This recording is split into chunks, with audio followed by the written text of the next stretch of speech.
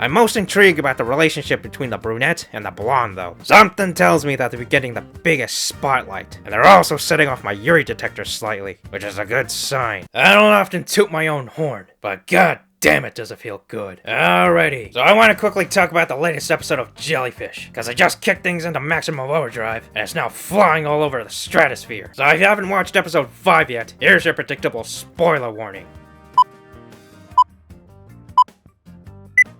So after the gang uploaded their latest music video, it ended up popping off and attracting a flood of attention. But with lots of views comes a handful of criticism, and that leads to the main drama of the episode. Our dear Mahiru learns a little too late that you shouldn't scroll down your comment section without being fully versed in internet combos. She soon spots a comment that was a pretty innocent critique of her artwork, honestly. Jesus Christ. I guess their version of Twitter is the mirror opposite of ours. Anyway, this causes a ton of insecurity in Mahiru, which was exasperated even more when a big-time artist drew fan art of their mascot, and ended up getting even more praise and attention than the original artwork. Now, I just want to quickly point out that while I do understand this mentality, it is ultimately flawed. As an artist myself, I find it quite futile comparing my work to others, because there are many other talented individuals in the world that will be far superior to you. That's a fact of life, baby. It's not about seeing who's better, but about why you do what you do, and how you can constantly improve what you do. It's a little corny, I know, but these are the lessons that are imparted to us since caveman times, ever since we started smearing shit on a wall. But as I said, I do understand where Mahiru is coming from. Having people compare your work to others in a negative light is always going to be a stick up the ass, and when your efforts become completely overshadowed by others, you can't help but feel underappreciated. But to her credit, Mahiru does feel awful about her resentment, and goes all out to improve her work. She even proudly displays her name on her public painting again, completing a full arc of her character, which was in no small part thanks to Kano's encouraging words. Now let's finally talk about the big honking elephant in the room. So I want to start by saying that the romance in this episode between Mahiru and Kano was not unprecedented. Since episode 1, we've been getting slivers of sweet tenderness between them. This is mostly filled out by Kano being very supportive of Mahiru, and never shying away from being super physical too. Episode 5 was just the cherry on top of the smoking sundae. Honestly, the romantic tension was so thick throughout this episode, it was practically bursting out of the monitor. First up is when Kano noticed almost immediately that something was bothering Mahiru. She paid a visit to her home and Mahiru spilled most of her guts out, which led to a lovely heart-to-heart conversation.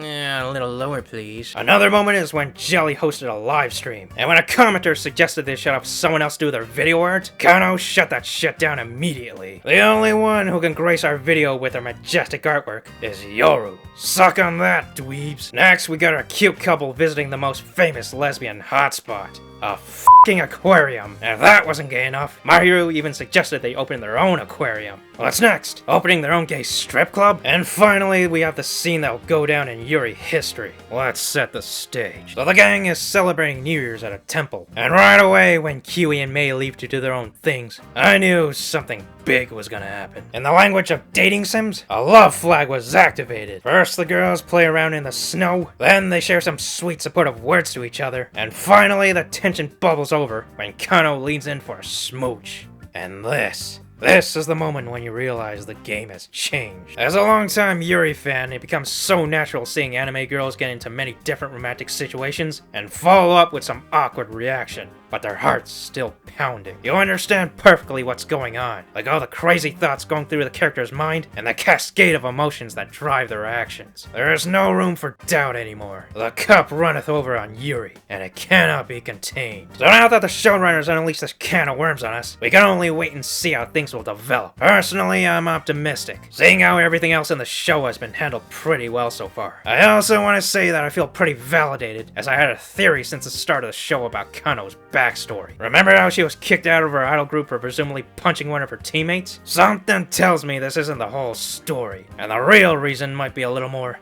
shall we say, scandalous. But I could be projecting my own wild fantasies here. I'm just some kooky guy on the internet who loves Yuri. And so far, I'm loving Jellyfish too. Anyway, fingers crossed it gets even better. So yeah, a quick little update on that. See you around.